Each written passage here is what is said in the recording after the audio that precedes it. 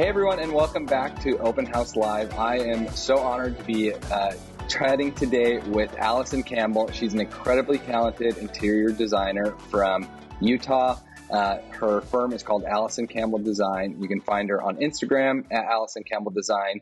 And I personally have had a chance to walk through a few of Allison's homes in the Utah Parade of Homes, and I can say that she is one of my favorite Utah-based interior designers. And so, Allison, thank you so much for taking the time to chat today. Thank you. I'm happy to be here and happy to have this opportunity.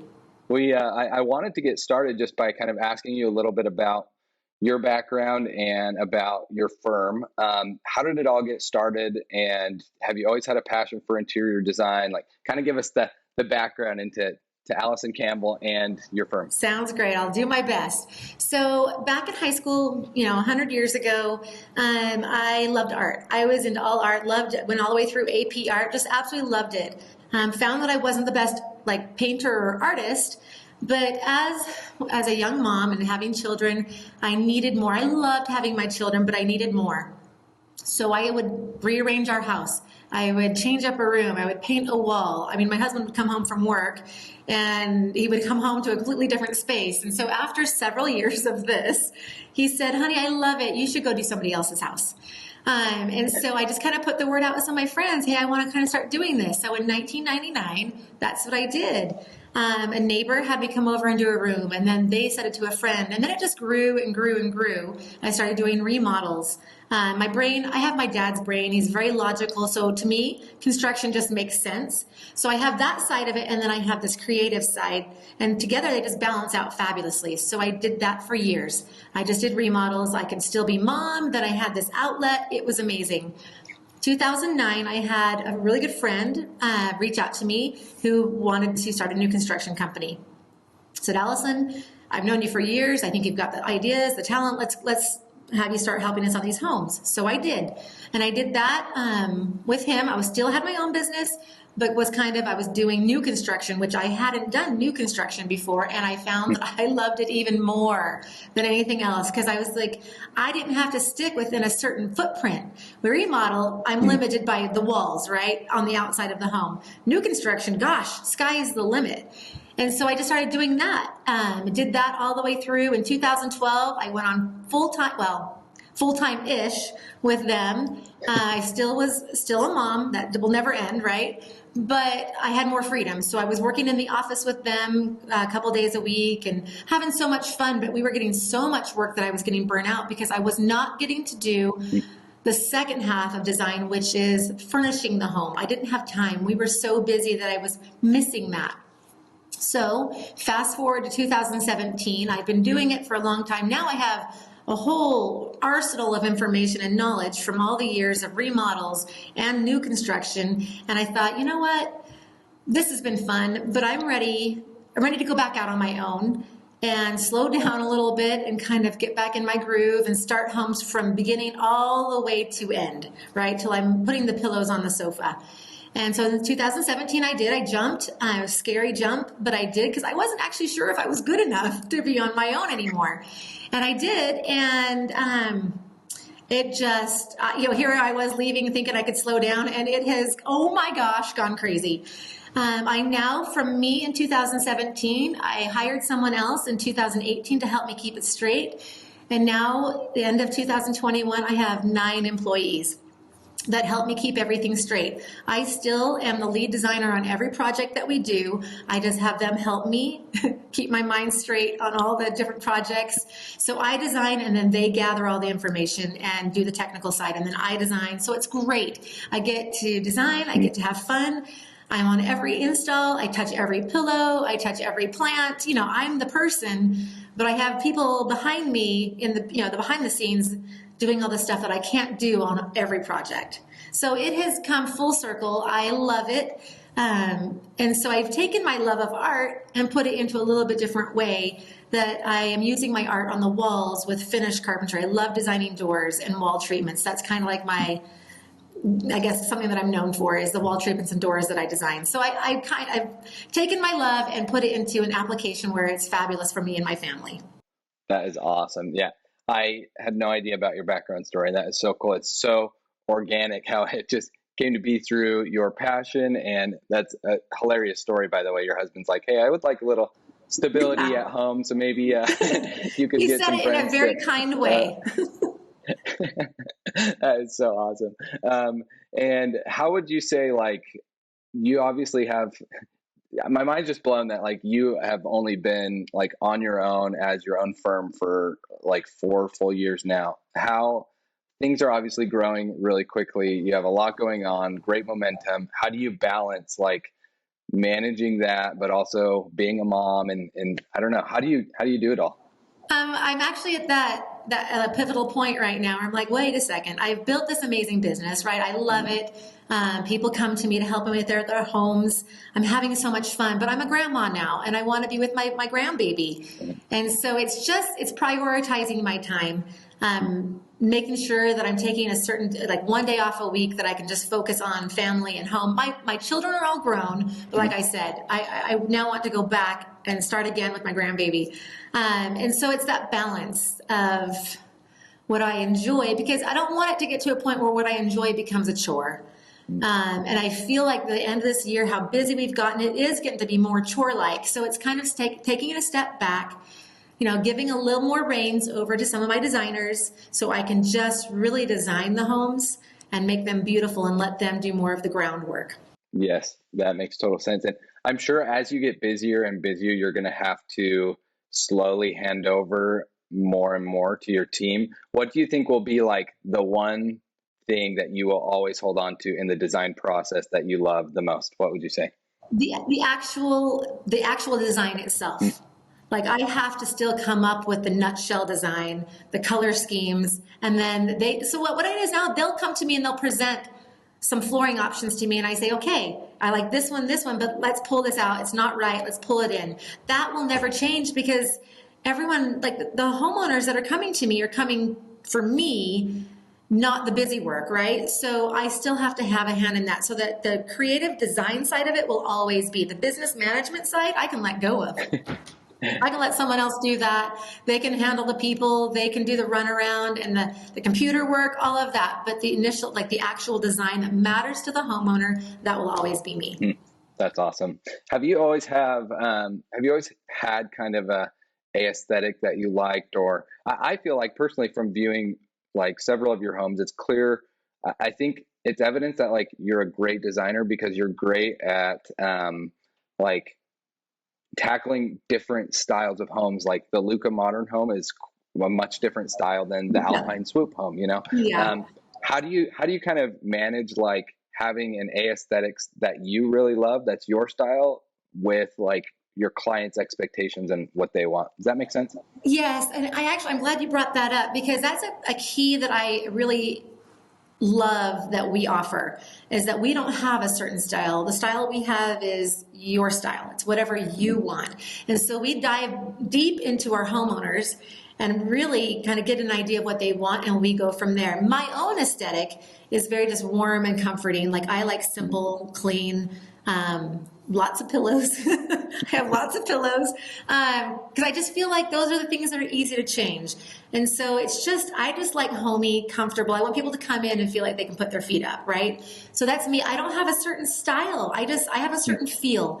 For me, design is less about style and more about how the home and the space makes you feel. So you brought the Luisa Modern and the Alpine Swoop, completely opposite homes, but yet it was so interesting to hear from people when they would visit both homes say they knew it was the home that I had done because the feeling inside. It was very inviting, whether it was Luisa Modern, which is extremely modern, or the Alpine Swoop, which was like fun, transitional, lots of color. But the feel was the same. It felt very comfortable and inviting to anybody. Any style that someone liked, it still felt very inviting to them. So I feel like my aesthetic is just inviting and warm and comfortable. Yeah. And I think that's cool. Your end goal is more of like a feeling that's being evoked when you're in the space, as opposed to like, does this match the mood board that we set out with? Correct. Because there's been lots of times where we'll design it and it looks great on paper, and literally I'll get to the space and I'm like, a lot of my builders and my subs always laugh at me because I feel like the house tells you, like, I'll get there and I'm like, the house is saying something completely opposite than what we had planned. So we've got to go back to the drawing board, because houses speak to me. They do. They tell me what they need. People laugh all they want. But at the end, if I listen to the house, it will tell me what it needs and we can design it accordingly. That's awesome. Are you mostly doing new builds now? Are you focusing on new builds, or are you doing some reno? Well, out of the clients that we currently have and the projects that we currently have, we have 3 remodels and 40 new construction. And so I only take on a handful of remodels because they're really labor intensive and time intensive. Because it's basically a new construction, but narrowed down to a 3 or 4 month period instead of 12 to 16 months on a build. So it takes a lot out of you. It wears my brain out now, because I have to rethink something that I have to, like, this wall cannot move, but I wanted it gone. Okay, I got to work around that now because I understand why it can't move. So I now have to work around that. Where new construction, I can say, move that wall, and we'll move that wall. So it's a little bit different. So we only take on a handful of remodels a year. That makes a lot of sense. And I'm sure in Utah right now, there's plenty of new homes to design anyway. So yeah, I feel badly because, well, between the two, people are learning that new construction, it's hard to find a lot and to get in at a decent price. So they're thinking, I'll stay put and remodel my home, which sounds great, except for it's hard to get subs now. It's hard to get general contractors, any of that, because they're all so busy building new construction. So it's hard to remodel right now too. So it's a great and crazy situation to be in. I feel like this is kind of, going off script a little bit. I didn't send you this question ahead of time, but I wanted to ask you, a lot of people I've heard, I think when people think about the interior design industry, they don't realize how much it's a logistics business. Can you kind of speak to that? Like, when I say, like, interior designers are actually logistics professionals as well, like, what emotions does that evoke? Like, can you speak to that a little bit? Oh my gosh, yes. So there's 2 different kinds of designers in the world. There's interior decorators, right, who just choose the pretties and do the finishes. And then I focus on construction interior design. And so I'm on site. Well, starting in the very beginning, I'm working with the architect and the plan designer with the homeowner, because I'm able to see the home on, it's on paper, but I see it in 3D. So I'm able to walk through it and be like, that's just not going to work. And we, with the architect, we'll go back and forth. And so there's a lot of logistical things have to line up there for space layout. I'm thinking of the finished product at the very beginning of the project. I'm seeing this on paper and thinking, how am I going to furnish this? How am I going to walk through this? How is it going to flow? Then you move forward to once it gets started. Well, I can pick a pretty faucet, and it could be a cute little wall mount faucet. But if I don't pass that information on to anyone, meet on site, determine a height or whatever it is, it's not going to get done right. And then we have to tear out a wall. So I have to plan for it. I have to educate everybody around me with what I want, the height above the countertop. If I'm doing a vessel sink, like, there's so many parts that go into just a wall mount faucet. So logistically, it can be a nightmare if you don't think ahead. And so it's more than just the pretties. I've chosen this. Now, how do I get everybody to work this in? So at the end, they're just sliding that finished trim on, and it works out perfectly. Yeah. So we're juggling all these things to make sure every subcontractor that has to do with that, because that's plumber, that's cabinet guy, that's tile guy, and that's countertops, all for just that wall mount faucet. So the only person who knows, like, what everybody needs to do is me. So I'm on site on those things, for the plumbing, for the electrical, for the framing. We do framing walks we're about 85% through the project, to make sure, because framers are still on site, we can make changes and they aren't going to charge as much. So we get it, at that point we go over fireplaces. That's another one that logistically, there's so many working pieces that if it doesn't get done right at the beginning, you never know what you're going to get at the end. And you don't want to undo something, because your point for being there is to save your homeowners trouble and money and time. Yes, definitely. And you have a challenge where people are going to actually live in the product that you created for them. And your reputation, and your, I guess, review from them really is just getting started when they move in. You have months that you have to hope that that experience living in the home is great. And exactly And going back, right. like, what, anyways, that's so interesting. You talking about all the different subs that are involved in one faucet or whatever. Like, they all have their own schedules. You also have to worry about supply chain with hardware.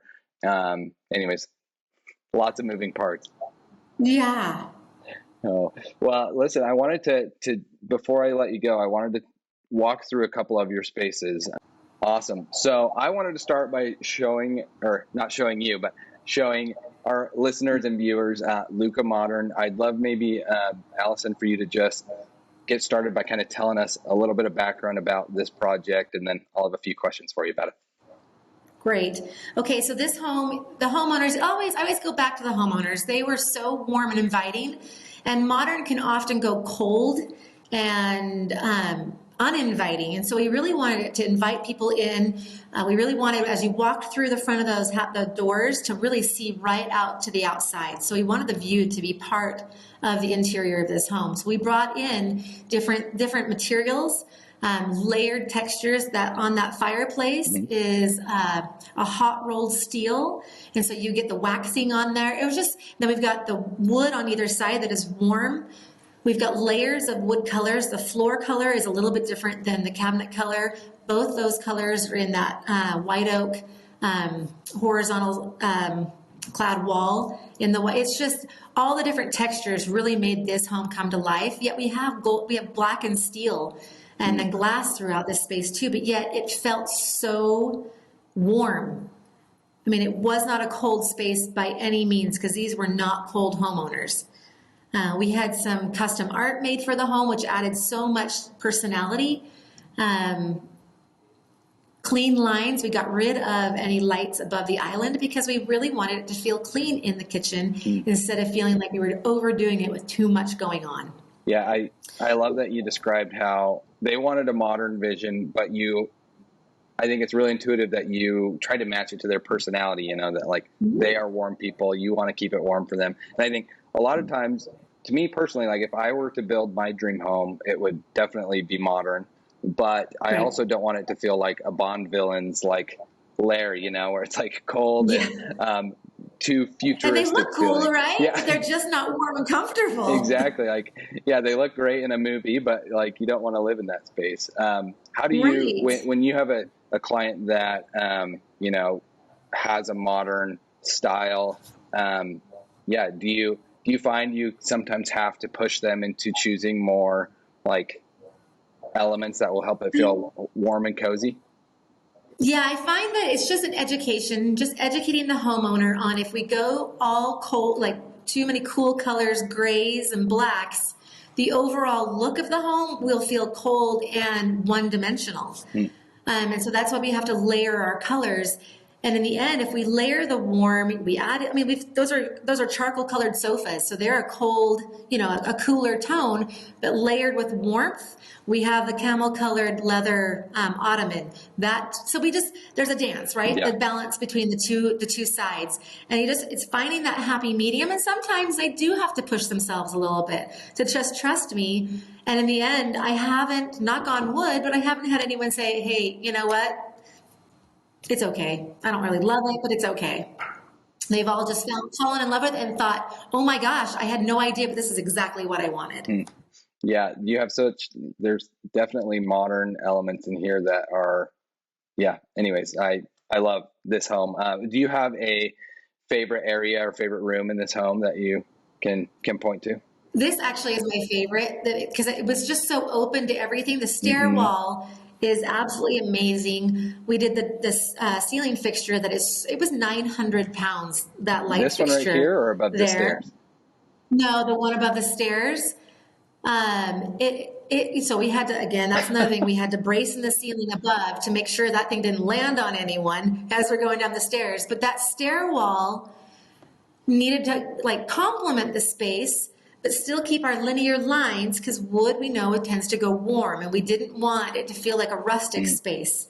And so it's just that balance. And so this added that warmth, but yet we zhuzhed it up with that light fixture. So it did not feel rustic by any means. The glass and steel railing kept it, feeling like it was a lot more modern with the clean lines of that. So back and forth, that balance and that dance between cold and warm, modern, transitional. We get more of a contemporary feel in this space. So clean lines, but warmth everywhere. Awesome. Yeah, the stairwell is unbelievable. Very, very cool. Yeah, it was fun to do. I did love the basement as well. Again, it was just as open. It had an open theater, which they were really key on because they had teenagers. We all know what teenagers do in a closed-in theater. And so they really wanted it to feel like it was a great space, but yet it was not fully private.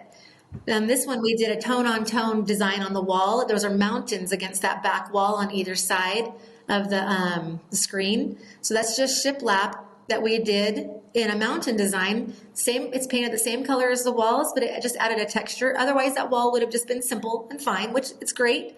But this added a little something. Yeah, that is awesome. I feel like in a couple of your homes, I've noticed this open theater concept. Is that something you're seeing more with clients, or is that kind of unique? We do have a lot of homeowners that are afraid that if they close it off, there's one of two things happens. There's too much going on in there they can't see, as well as it's too closed off from the rest of the house and maybe sometimes doesn't get used as much because it's so dark and dreary in there. So we've done a lot more of the open theater. All they have to do, we had blackout shades in all the windows in that main area, so if they lowered all the blackout shades, they really could have had a dark space in here. Yeah, I was going to say, I wonder, if it gets dark enough for it to have that theater feel. So you can totally block those out. Yep. Okay, well, let's go to one more home if you have another couple minutes here. I do. You do. I'll let you choose. Do you want to? Should we walk around the Ridge at Alpine or the Alpine Swoop? Let's do the Swoop. That tended to be everybody's fave. Yes, home. I love this home. Tell us a little bit about the background of this project. The homeowner on this one, her and her husband were so funny. The first time I met with them, which was almost 2.5 years before the project, before it ended, they just said, you know what, we trust you. Do whatever you want. We just want it to look designery.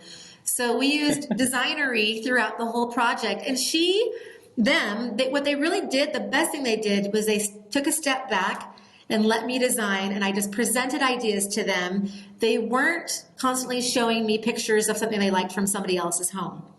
Because I find sometimes when that happens, I feel slightly limited because now I'm like, well, I have to do it in the box that they're wanting me to do it in, instead of opening their eyes and allowing me to get them that feel, but in a completely different way that is 100% them and not a version of somebody else's design.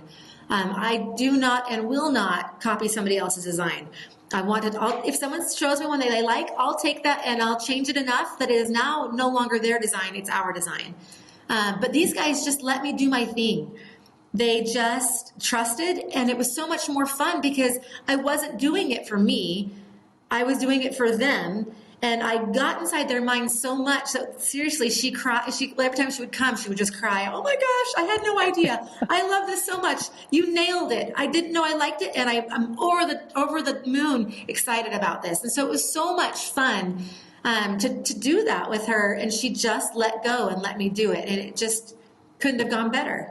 Is that a little intimidating at first when someone's like, hey, you just run with it? Is that a little bit intimidating, or have you? Well, it can be if they're like, I don't even want to know, just show me the final product. Yeah. That gets intimidating because what if in the end they don't like it? But we work it where we design it and then present it all to them.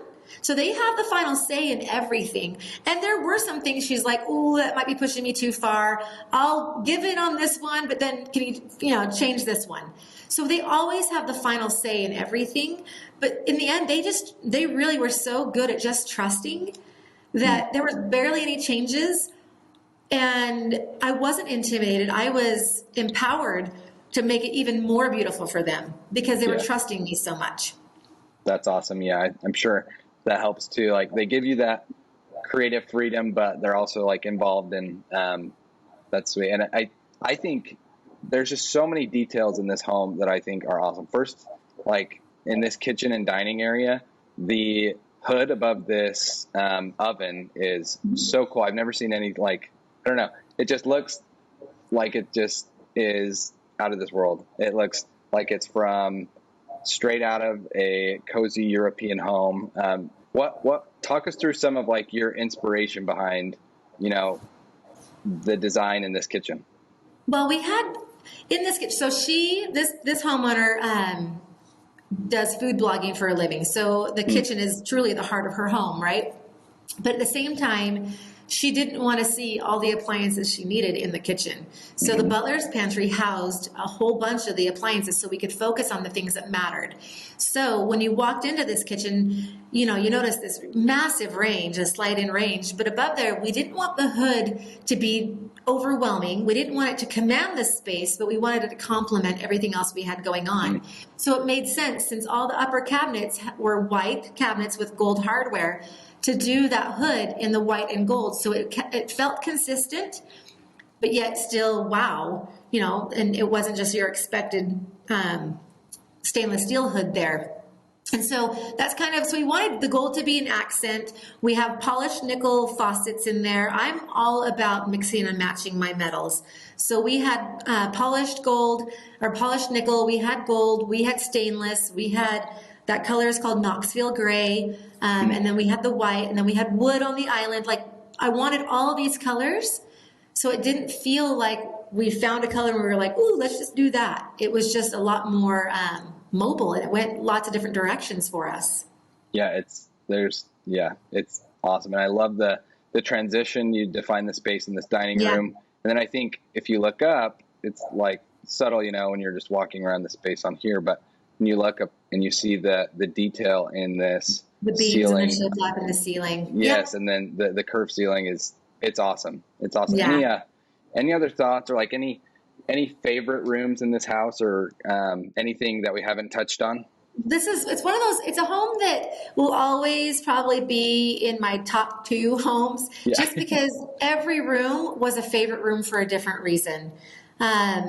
There's just like some accents in this kitchen, like the backsplash behind the range. The shape of that backsplash is the exact same shape as we designed for the mantle, and the shroud above the mantle, the little cornice above the mantle. We did them matching. So like, it's the room from one end to the other complemented each other in such a beautiful way. But every room really was my favorite for a completely different reason. I think this is this the laundry room in here? This is the Butlers Pantry. Yeah, this is awesome as well. What talk, I guess, about a couple of the elements of this Butlers Pantry before I let you go. Yeah, so we had a full fridge. It was more of a drink fridge, so you could see it, but she had all of her stuff in there. We had a steam oven. We had a larger sink, because this is where she did all of her like food prep. And so we wanted enough of the appliances in there. The microwave was also in here hidden. And so it's just all of those kinds of things were in here. So it took it out of the kitchen so we could focus on the pretty side of the kitchen and the functional side in here, but yet it's very beautiful in here to work. And so I just loved how the colors are completely different in here than in the kitchen, but yet there's complementary accents throughout both the spaces that tie it together. Yeah, it's definitely got its own look and feel to the kitchen, but it doesn't seem to clash or anything like that. No, you're not walking into like a full different home. It's just a different space that continues from the main space. Awesome. Very cool. Well, Allison, we could chat and walk around these spaces all day. We'll have to do a follow-up and anyways, walk through the other ones that you have. But anyways, thank you so much for taking the time. Do you have any advice, for someone that maybe is about to get started on a remodel, or they're building a home and they're trying to choose an interior designer, or they're at the beginning of the process? Do you have any advice for someone like that? Absolutely. It's all about the team that you assemble, your contractor, your designer, your subs, all of that. That's what's going to give you the best outcome. The materials are going to cost the same unless you go crazy, right? So don't look at the bottom line, and don't choose your builder or your contractor based on that. You base it on who you get along with the best, because you're going to be spending a lot of intimate time together, because a home is a very intimate project. We find out we're working with bathrooms and bedrooms. Those are the things that happen in there. So we get in, we find out what are your habits. So go choose your designer and your builder based off personality. And then everything else will come will just kind of fall into place. The other thing is that you want to always invest on the installation side of the material. Material is, one thing, it's pretty simple idea of that, but how it's installed is actually what's going to make it last or not. So you're going to want to invest and spend a little bit more on the installation than finding the cheapest bid on that, because if it's installed wrong, it gets really expensive, and that $3,000 you saved might turn into a $15,000 expense. So build your team off of personality and always pay more for the labor side. That is great advice. I think on the personality side, you have so much trust that has to be between designers and builders and owners that you have to have great communication. So that makes a bunch of sense. And I've actually never heard that advice on, make sure you invest in the installation and the labor. Don't try to cut corners there. That's awesome. Because anyone who's doing it, they're using the same material because it's the material you've chosen, but how it's installed is key. Interesting. Very, very good advice. Well, Allison, again, thank you so much for taking the time. Hopefully we'll have more conversations in the future. And anyways, we appreciate it. That sounds great. Thank you so much for the invite.